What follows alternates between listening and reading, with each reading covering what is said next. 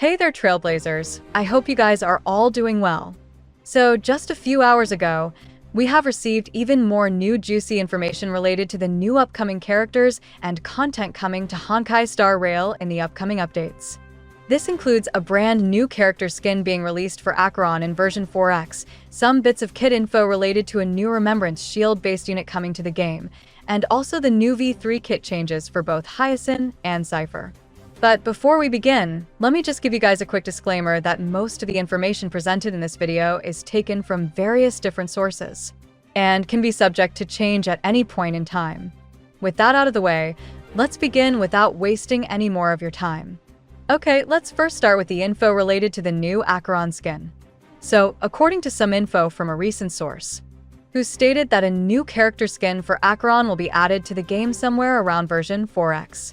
This new skin is said to have a similar formal dress design to the concert skin that ACHERON previously wore in one of the game's promotional material. And according to the source, it is expected to be a 5-star rarity skin with new special effects during combat and new idle animations. And as for how you actually acquire it, this new skin will be a paid-only skin added to the in-game shop, and will be bought with Oniric shards, which is the game's premium currency. ACHERON getting a character skin makes me pretty hyped, not gonna lie. Especially considering that besides the free 4-star skin that was given away to everyone for the preservation version of March 7th 2 patches ago, we haven't gotten a single skin for any other character in the game since release.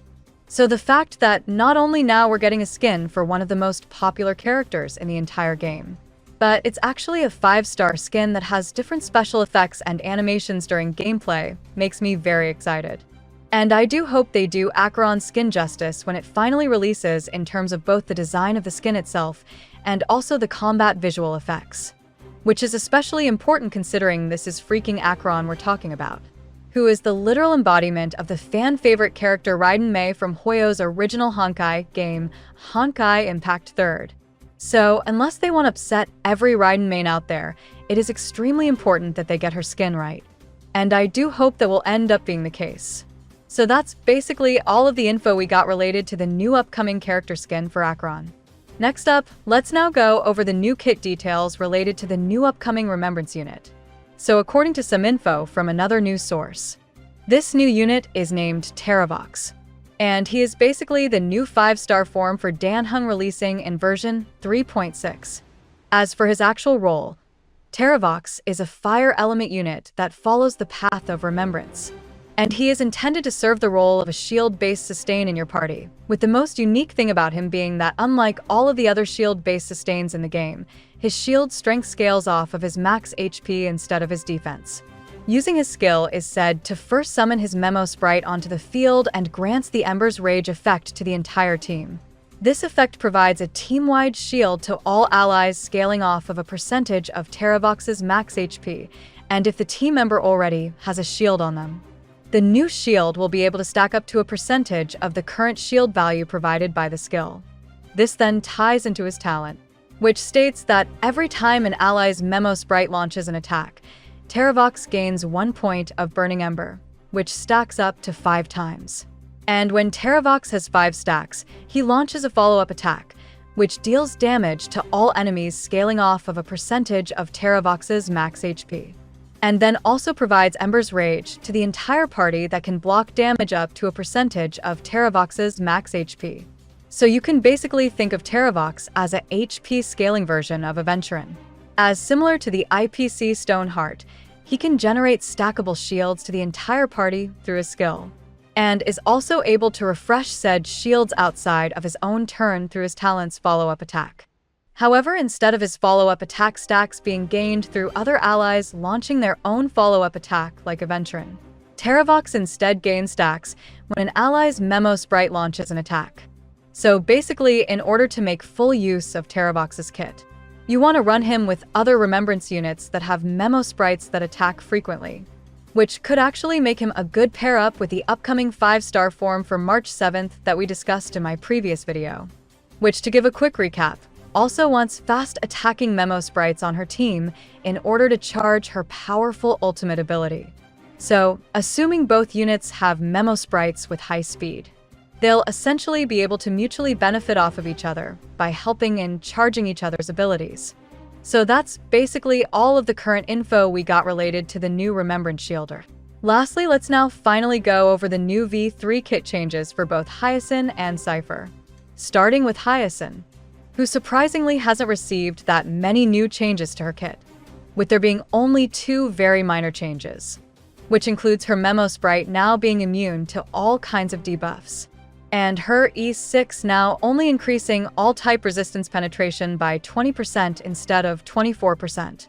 Overall, besides the 2 small changes, Hyacinth's kit remains almost completely the same as V2. Next, let's go over the kit changes for Cypher, who has actually received way more substantial changes compared to Hyacinth.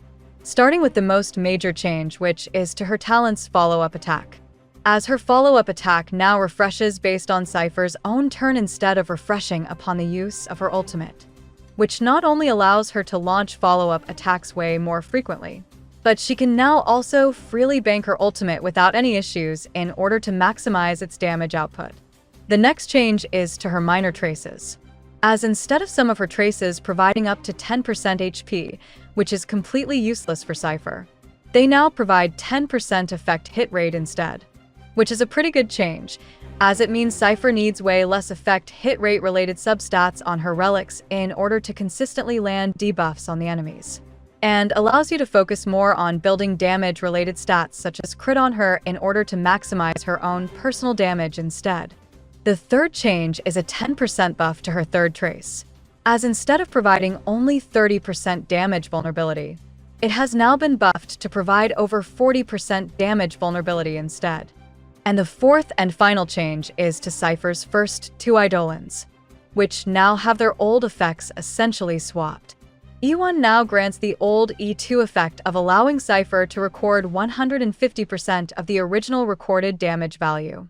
And when using a follow-up attack caused by her talent, it increases Cypher's attack by 80% for 2 turns. And E2 now has the old E1 effect, which states that after an enemy tagged by Cypher's follow-up mark is attacked by an ally, Cypher then deals additional quantum damage to it equal to 50% of her attack. Overall, Cypher has been massively buffed compared to her V2 kit, since her follow-up attack now refreshes based on her own turn instead of her ultimate. It allows her to actually be viable to use in currently existing teams, such as Fei Xiao and ACHERON teams for example, due to the much higher frequency of her follow-up attacks. Additionally, she is also now much easier to build, due to her effect hit rate requirements now being reduced as a result of her minor traces granting her up to essentially 10% free effect hit rate. So that's pretty much all of the information that I have for this video. If you found the info in this video helpful, feel free to give it a like. And also don't forget to subscribe to my channel to stay up to date with all the latest HSR news and information. That's it for now, so I'll see you in the next video.